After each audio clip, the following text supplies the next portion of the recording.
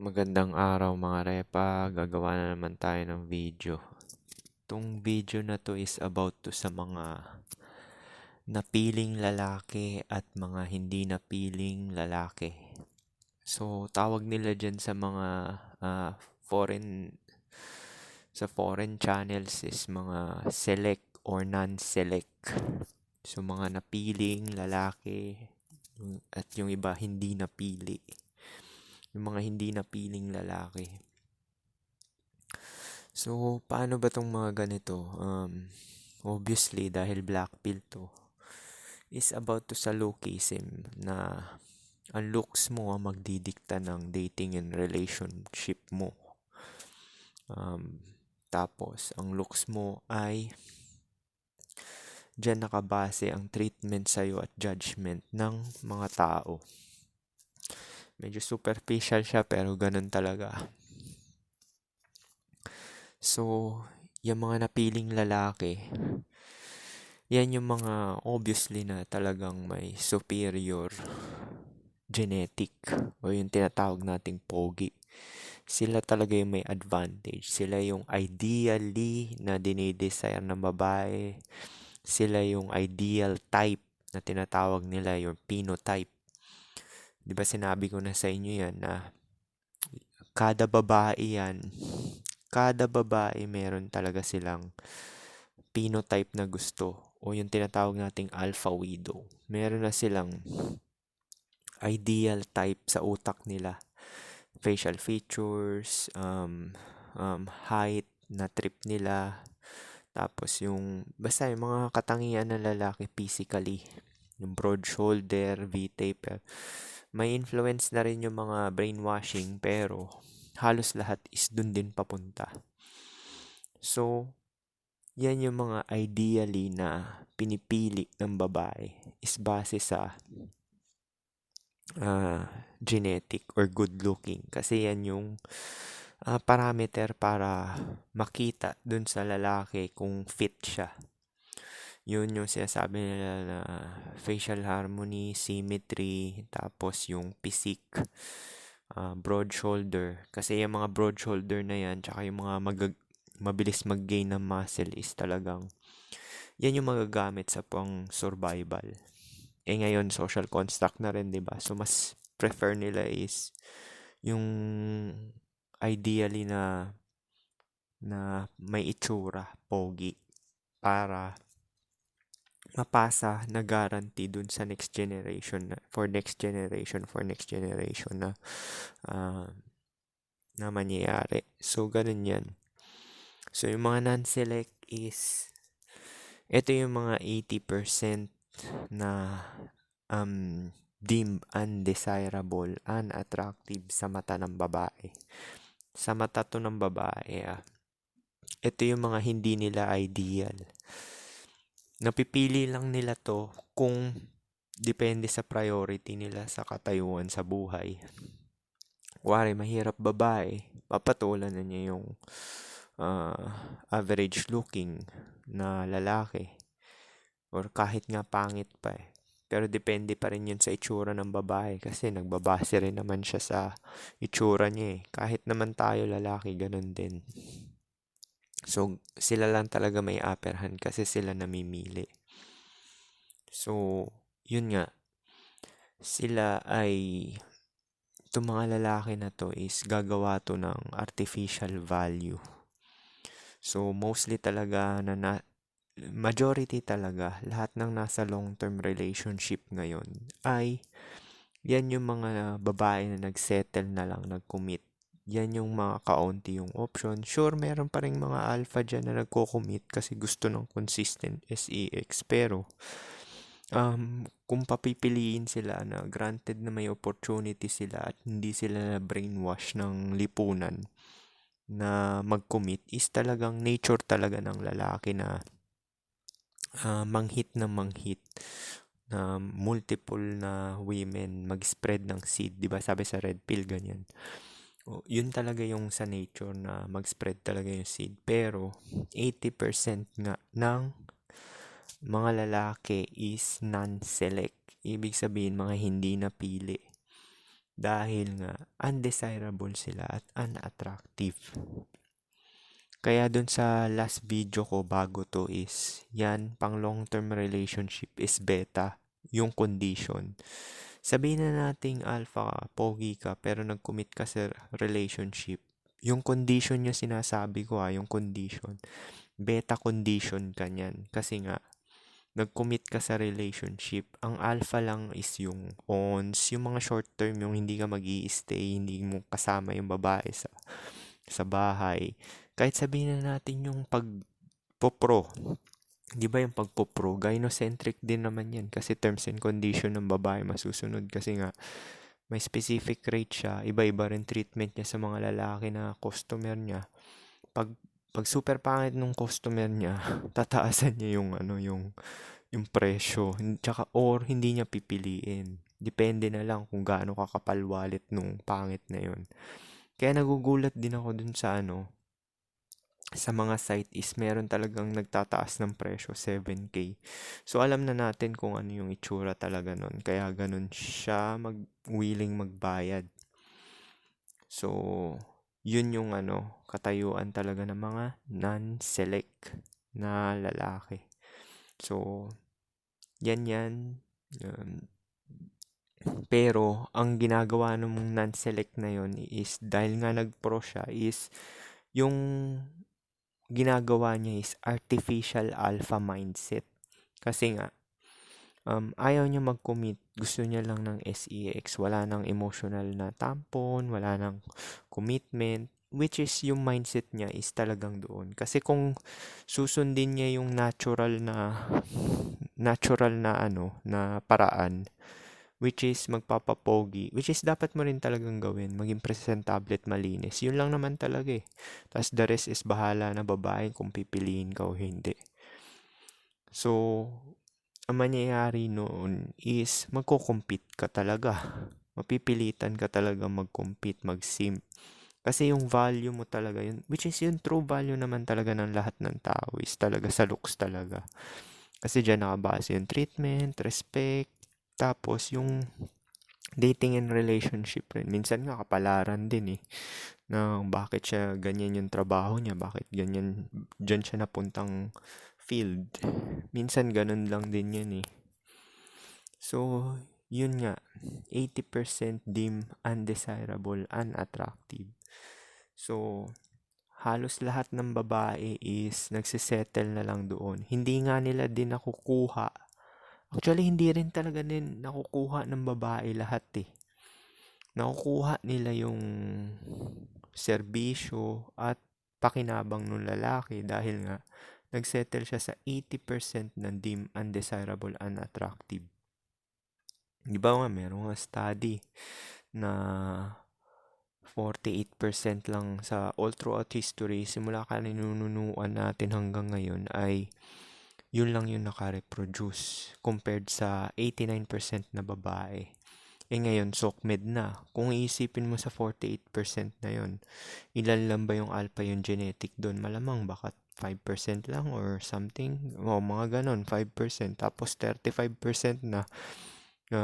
Estimate ko lang yun Kasi konti lang naman din talaga yung may mga itsura kung iisipin mo eh. Magpunta ka sa mall, wala talaga rin ako makakita kahit dito sa West eh. Parang mahirap talaga makakita na may itsura rin talaga. So, yun. So, yung mga lalaki na yan na nasa relasyon is sila yung napili dahil sa artificial construct. Dahil for security, relationship, long term. Kaya, tama yung red pill na ganun na ang long-term relationship is pang beta condition yan. May study nga rin pala, 'di ba? Kahit na alpha ka or pogi ka, basta nagstay ka sa relationship is bumababa daw yung testosterone mo. Alam mo bakit? Kasi nga merong tayong tinatawag na beta conditioning, betafication. Yan yung terms and condition ng babae na nasusunod, di ba? Kasi siya namimili. Kaya nga tayo may tinatawag na mga napiling lalaki tsaka mga hindi napili. Kaya kung alam mo na kasama ka dun sa 80% na deem undesirable, unattractive is, huwag ka na lang magpakasal kasi talo ka dun. Ang dami na ng mga eksena na ganyan eh, na nagko-commit na lang yung babae kasi nga kupas na siya. Pero, ang iniisip niya pa rin yung alpha widow niya, yung ideal type niya sa utak niya. Kino-compare niya. Kahit na wala siyang, kahit na walang boyfriend tong babae na to ha. Kahit na walang boyfriend tong babae na to or ex to, kahit ikaw pa nakauna, basta hindi ka yung ideal type niya. Which is mahahalata mo naman yan sa kilos o kagaya nung kuwari, mga just beefers. Diba sooner or later nagiging dead bedroom din sila tapos walang consistent na sex. Kasi nga, nagka-developan na lang yun dahil just beefers nung high school, nagkapalagayan ng loob, tsaka may commonality lang na at that time. Which is yun, ganun na nangyari. Ngayon, malimit na mangyari yan kasi halos lahat ng babae ay may cellphone na. So, nakaka-apekto yan. Malaki yung expectations tsaka yung perception ng babae na nakikita niya sa real life. Kaya, na-frustrate din sila na ganun yung nangyayari. Ako nga, di ba, sinabi ko sa inyo doon sa last na video na kahit mag-ikot-ikot ako sa mall, wala rin ako makikita na kasing ganda ng mga nagwo-walk na nagpo-post sa online. Sure, kahit na mag-try ako doon, i-take ko yung shot. Kuwari ganito itsura ko, sila pa rin mamimili.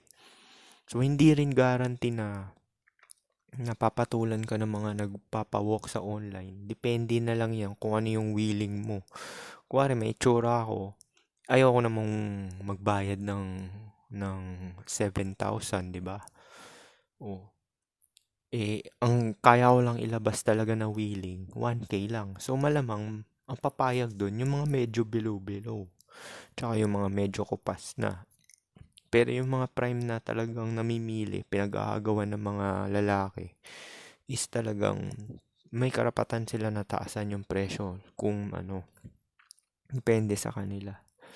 So, ganun din. Di rin naiiba yan dun sa ano eh, sa mga nagpapamilya na, na nasa LTR eh, long-term relationship eh. Kabilang yan dun sa ano, sa mga 80% na deem undesirable, unattractive. Sooner or later din, lalabas din ng katotohanan na talagang ganun eh, na hindi mostly din naman talaga ng babae is na nasa LTR is hindi naman talaga nila nakukuha rin talaga yung gusto nilang lalaki, yung ideal type nila, which is yung fantasy nila sa utak or alpha widow. Dahil nga, unti lang naman talaga yung may itsura. So, yan yung mga may nakikita mo kaya tumataas yung rate ng single mother dahil nga sa online. Dahil ngayon is marami na ring willing din na babae na talagang magpatira na lang sa pogi, which is nadidisgrasya sila kaya may mga teenage pregnancy. Tapos ang daming lalaki na lang na nagpo-pro tapos nagmamakaawa, gusto maka-experience. Kasi yung unang-una is may testosterone kasi lalaki lalo na pagka nasa 20 pa siya. Mataas talaga yung kalibugan niya, 'di ba? Dahil nga dahil sa testosterone, dahil ginawa tayo ng nature na ganoon. So, kaya marami mga lalaki doon na wala pa ring experience is talagang nagising na rin sa katotohanan na magpo-pro na lang din talaga. Which is kung hindi ka talaga pinili, wag ka na lang din mag-compete kasi ganun din mangyayari. Magko-compete ka sa iba, magme-message ka, simp, tapos bigay-bigay. Wala pang assurance yun. Ako nga, di ba, sinabi ko na sa experience ko, sinishare ko lang to, hindi naman to para sa lahat. Pero, may logic tong experience na to kasi out of 30, 8 lang yung lay. So, yan yung sinasabi ko sa inyo na ilalabas-labas mo pa yung babae. Kahit sabihin natin may 3-strike rule, ilalabas mo pa rin yan sa una eh. Tapos sunod nun, either meron ng mangyayari or wala. So, yun yung mangyayari, hindi mo na itutuloy. Kaya, totoo yung 3-strike rule na yan. Ngayon online na, pahirapan na talaga makapag-meet up eh. Kung gusto mo ng LTR Kaya minsan napapaisip ako dun sa mga nagko-comment na gusto magka-jowa. Nako, pag binabandera mo yung sarili mo na gusto mo magka-jowa, looking for ka, ayaw ng babae ng ganyan na ikaw ang naghahanap. Hindi ka nila seseryosohin kasi ang babae ang naghahanap talaga. Tapos marami mga aplikante dyan, mga magme-message sa kanila. Tapos pagpipilian na lang ng babae. Sinabi rin yan nung babae dun sa guest ni Bugoy na Koy Koy eh. Select on collect. Sinabi rin sa akin yan ng nanay ko eh. Select and collect. Biruin mo yung mentality niya, pinapasa niya sa akin. Paano select and collect? Hindi ka nga makakapili ng gusto mo dahil lalaki ka. Kahit sabihin mong pogi ka eh. Hindi ka makakapili ng gusto mo. Oh, sure. Pwede mo paghirapan yung gusto mo. Pero nasa babae yun kung papatira siya. Kahit na pogi ka. Diba sabi ko nga sa inyo, dating relationship tsaka pag-approach is beta talaga yan. Need mo talaga maging beta para magkaroon ka ng lay. Kahit sabihin natin short-term relationship, yan yung tinatawag nating one night stand, FWB. Short-term yan, hindi yan tumatagal. So, yan yung mga na exclusion na lang talaga yung yung actually hindi na nga rin exclusion yung pagpo-pro kasi ikaw pa rin nag-message dun sa babae. Kasi yung babae magpo-post lang ng naghahanap ng pera, 'di ba? Kasi actually biruin mo, magpo-post yung babae looking for customer. Ganun lang. Napakasimple, 'di ba? Napakasimple. Tas mga lalaki na yung magdi-DM. Hindi magdi-DM yung pro na talagang ikaw talaga magdi-DM diyan. Doon pa nga lang din parang yung iko-compare mo kung logical ka mag-iisip kahit sa pagpo-pro pa lang din, parang iisipin mo, magpo-post lang sila looking for customer. Available ako ngayon. Tapos yung mga parang dating and relationship din nangyayari. Kasi ikaw rin yung mag-a-approach eh. Ibig sabihin ng approach, ikaw unang magme-message dun sa prostitute. Tapos sabay magta-transaction na lang kayo depende sa bayad tsaka sa lugar na pag-aanuhan. Tsaka yung mga terms and condition niya, yung mga do's and don'ts. Meron yan, di ba? Yung mga do's and don'ts yung mga babae dyan sa pagpupro. So, hindi siya nalalayo dun sa talagang terms and condition nung babae na nasa relasyon LTR. Kaya nga, inuulit ko sa inyo, may study niyan na pag nakisama ka sa babae ng long-term relationship is bumababa testosterone mo. Kasi nagiging female yung mo, yung galawan mo. Nagiging female. Sure, pwede mong labanan yan kung talagang may mindset ka na talaga na conceited ka, which is nandun lang yan dun sa natural na pogi. Kasi yung, di ba sabi nga ni Savvy Guy is yung confidence mo is based yan sa success mo. So kung simp ka, average looking ka, or kasama ka dun sa 80% na dim, undesirable, unattractive, hindi mo kaya mag-alpha mindset. Paano ka mag-alpha mindset? Wala ka nga option. Ni isa nga, baka buong buhay mo pa i-dedicate mo dyan eh. Paano ka magiging confident? Yun kasi yung yung kasi yung dinidispute na naturalist sa mga game na bullshit na yan.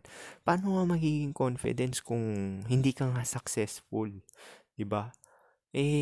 Byproduct lang naman yung confidence ng success eh. So, naturally, kaya nga, ito yung famous line ng mga may itsura or pogi, yung mga tinatawag nating select. Just be yourself. Ano ginawa mo? Bakit ka napili ng babae? Just be yourself, bro. Totoo ba yon? Nagsisinungaling sila? Hindi. Oo. Ano? Nagsisinungaling sila? Hindi. Hindi sila nagsisinungaling. Kasi wala naman talaga silang ginawa. Nag-approach lang sila. Yung pagme-message ba ng pogi, naiiba ba yan sa ginagawa ng 80% na simp?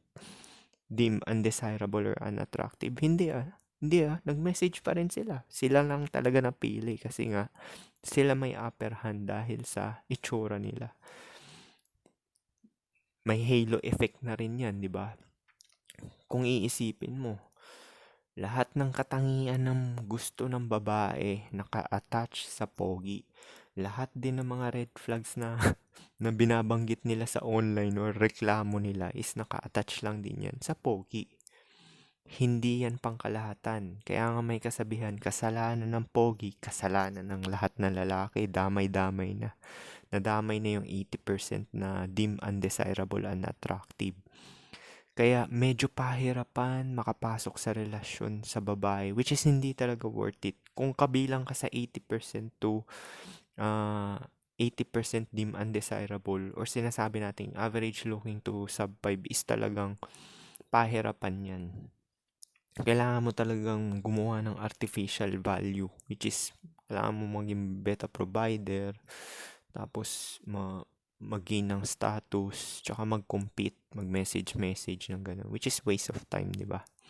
Tapos ang treatment sa'yo is ganun lang din, base lang din sa looks mo. Yung mga pogi, hindi nga nagko-commit Yan yung mga ideal nilang type di ba? Kasi nga, sa superior genetics nila, which is less lang sila na makikita. Si Jeric Rabal, di ba? Ilan ba yung anak nun? 16 yung anak niya, di ba? Iba-ibang babae. Tapos yung babae na yun, mga babae niya, cooperative. Ibig sabihin, dinideclare niya yun. Hindi siya nag-cheat. Alam lahat ng mga babae niya. Kaya yun yung sinasabi ko sa inyo. Pag ang totoong may price lang talaga, which is true value ng lalaki, is yung talagang similya niya lang talaga. Yung pogi. Yung mga simp nga, di ba? Yung kabilang sa 80% dim, undesirable, unattractive is gagawa ka talaga ng artificial value para makapuslit yung similya mo sa babae. Kasi nga, gusto nga ng mga lalaki is mapasa rin yung genetic line nila kahit mga pangit sila or average looking. Karamihan yun lalo na yung kung wala silang informasyon na ganito na maghihirap yung anak nila pag lumaki kasi nga undesirable sila or unattractive. Pag nalaman mo na tong black pill, mapapadalawang isip ka. Diyan papasok yung mga kasabihang the juice na is worth the squeeze. Kasi nga, mag-aanak ka sa average looking tapos sub 5 ka, talo ka pa rin kasi hindi mo rin mapapasa yung genetically mo in a sense. Nga, naanakan mo yung babae pero yung anak nyo, same din ang sasapitin sa'yo. Kailangan mag-compete, kailangan mag-beta box or something na kung anong artificial value. Kaya nga ngayon, mas pinipili na ng babae na magpatira na lang talaga doon sa dinidesire nila. Kaya nga sila nagtatrabaho, di ba? Di ba nga sa China, ganyan. Yung nag-comment, 100 million na babae leftover. Kung titingnan mo mga mukha nila, is average looking to below lang din naman yung itsura ng mga babae doon. Nakakabilang doon sa leftover na yun. Kasi nga, hypergamy yan Gusto talaga nila na magparami ng pera para yung ma-shoot nilang lalaki is talagang may pera rin talaga tsaka may itsura. Yun yung pinag-iirapan nila. Yung strong independent woman is strong independent yan para wag sila mag-settle o mag-commit dun sa hindi naman talaga nila dinidesire na lalaki at gagamitin lang nila for security or long-term security. Pagpo-provide, which is yan yung mga kaninu-ninuan natin dahil nga sa social construct na traditional role dahil mayroong religion na shaming tactics, di ba yung religion pinagbabawalan sila na magiging promiscuous, which is nature din naman ng lalaki at babae na promiscuous, pero mas ini-impose nila sa babae kasi nga magkakaanak sila.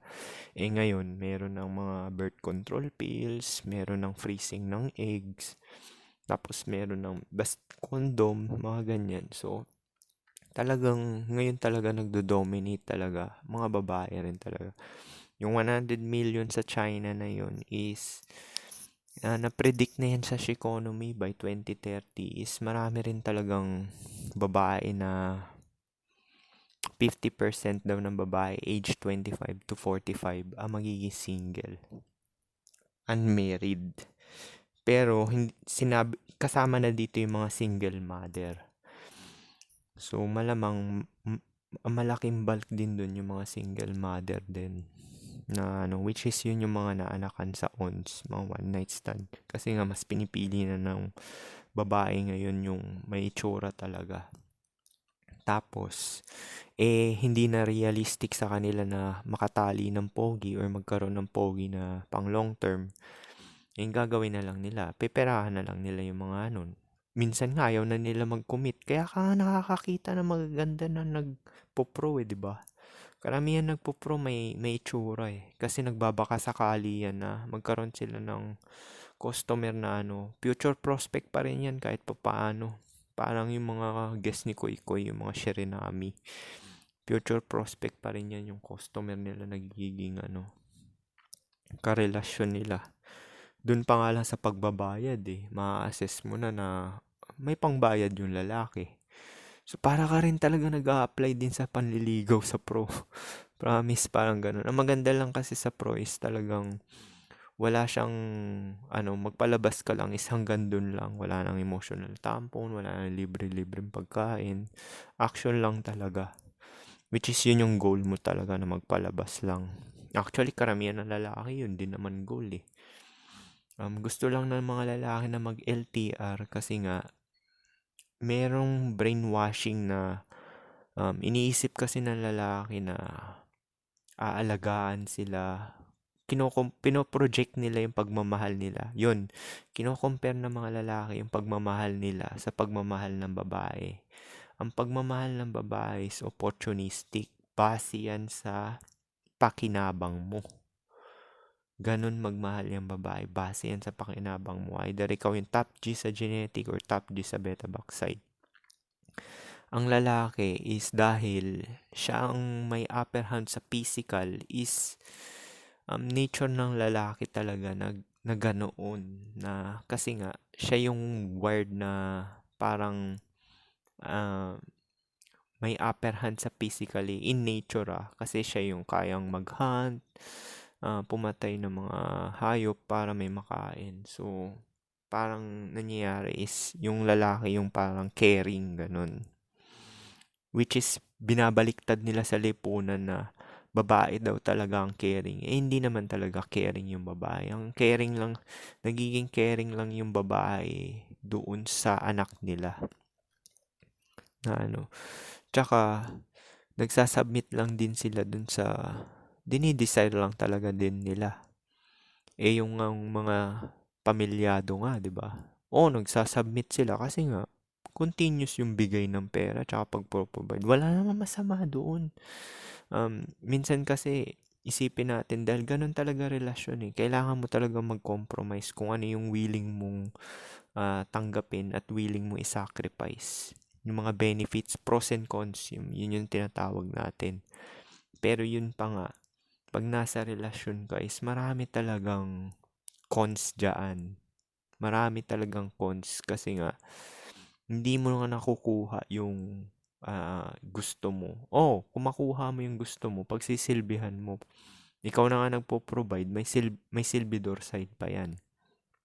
Kaya nga sinasabi nila ngayon sa mga modern women pag delikado makipag-commit sa mga new generation na babae kasi mangyayari niyan. Ikaw na yung provider, ikaw pa yung babae na nurturer. Which is ikaw yung maghuhugas, ikaw yung sasampay, ikaw yung ginagawa mo na ngayon panlalaking trabaho, pati yung pambabae na household chore, ginagawa mo pa. Yan yun sa mga bagong generation ngayon. Which is kasi nagsettle lang sila dahil non-select kayo.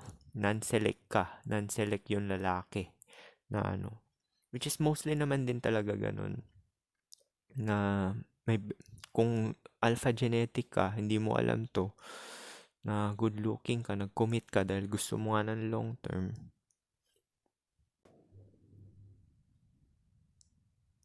is meron naman tayong tinatawag na betafication. Betafication na tinatawag na yun nga, yun yung magpapababa sa'yo ng testosterone, which is may study niyan. Dahil hindi mo nature yun Actually, hindi naman talaga nature talaga ng lalaki mag-commit rin talaga eh. Na ano eh. Ginagawa niyan sa nature is, aanakan lang yung ano, merong, di ba yung praying mantis, pag naanakan na yung ano, kakainin na siya nung female. Meron namang ibang ano, naanakan na, tapos aalis na yung alpha. Ang mga beta na sa tribe, yun na yung mag-aalaga. Mag-aalaga dun sa offspring ng babae. So, yan yung dual mating. Nangyayari na yan dati pa. Kaya nga yung mga king, di ba?